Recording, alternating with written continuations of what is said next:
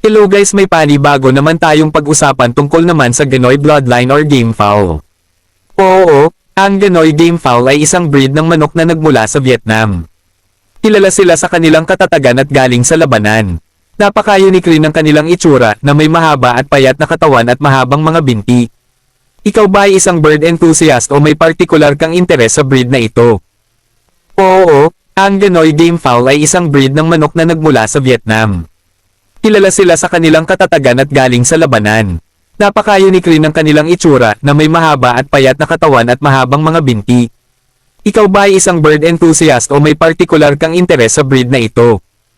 Bago ka bumili ng isang Ganoy Game Fowl, heto ang ilang bagay na dapat mong tandaan. Isa, pangangalaga. Ang mga Ganoy Game Fowl ay nangangailangan ng espesyal na pangangalaga. Kailangan nila ng malinis na tirahan at sapat na espasyo para mag-alaw. Dalawa, pagkain. Mahalaga na mabigyan sila ng tamang pagkain na may sapat na protina at bitamina para manatiling malusog. Tatlo, roles. Dahil kilala ang mga Ganoy Game Fowl sa kanilang kakayahang lumaban, siguraduhin na alamin ng mga lokal na batas tungkol sa pag-aalaga ng mga game fowl. Sa ilang lugar, bawal ang cockfighting. 4. Breeder. Mahalaga rin na mahanap mo ang isang mapagkakatiwalaang breeder na makakapagbigay sa iyo ng malusog na manok at makakapagbigay ng tamang impormasyon tungkol sa breed. 5. Commitment. Tandaan na ang pag-aalaga ng manok ay isang pangmatagalang commitment. Kailangan nila ng oras, pera, at dedikasyon upang manatiling malusog at masaya. Sana ay nakatulong ito sa iyo. Plano mo ba na bumili ng Ganoy Game Fowl sa lalong madaling panahon? Ang Ganoy Game Fowl ay kilala sa kanilang tapang at tibay sa laban. Sila ay itinuturing na isa sa pinakamatibay na breed ng fighting cocks.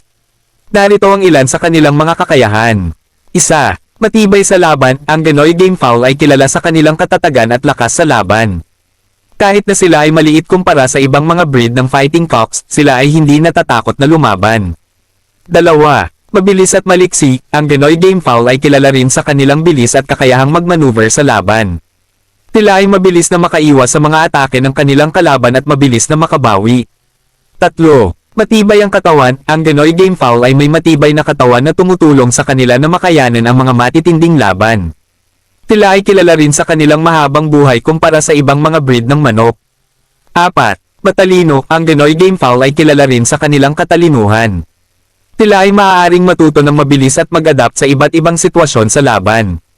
Tandaan na kahit na ang Ganoy Game Fowl ay kilala bilang isang fighting cock, hindi ito nangangahulugan na dapat silang gamitin para sa cockfighting. Ang cockfighting ay iligal sa maraming lugar at ito ay maaaring magdulot ng seryosong pinsala sa mga manok.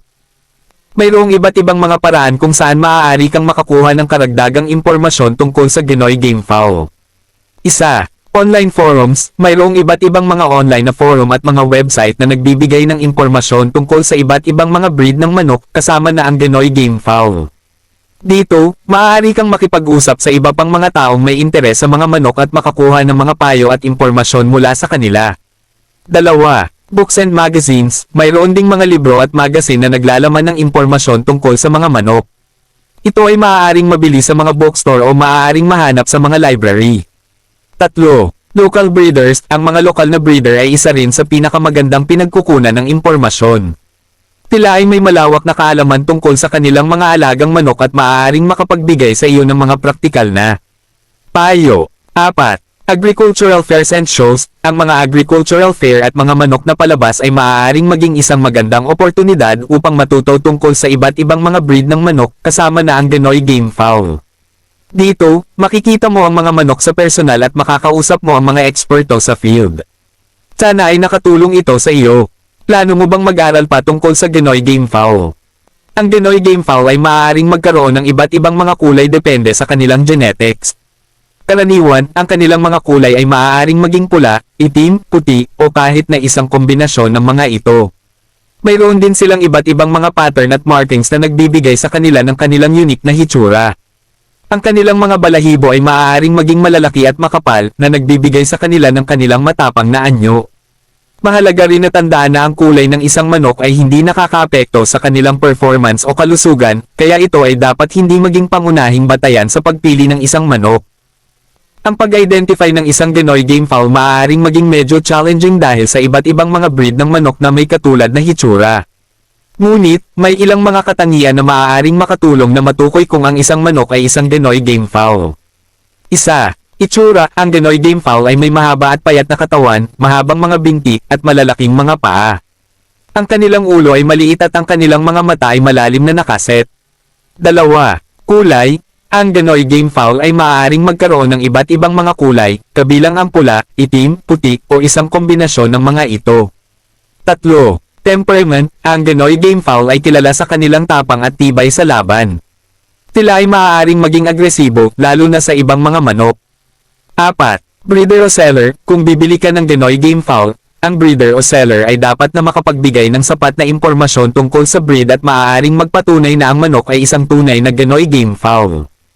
Tandaan na ang mga ito ay mga general na katangian lamang at maaaring magbago depende sa individual na manok. Kung hindi ka sigurado, maaaring makatulong ang isang eksperto o isang may karanasan na breeder para matukoy ang breed ng manok. Salamat po sa panunood ng video. Paki-hit ng bell icon para ma-notify ka sa mga bago nating video about sa manok na mga Nikedhel. Pa-subscribe na din po. God bless.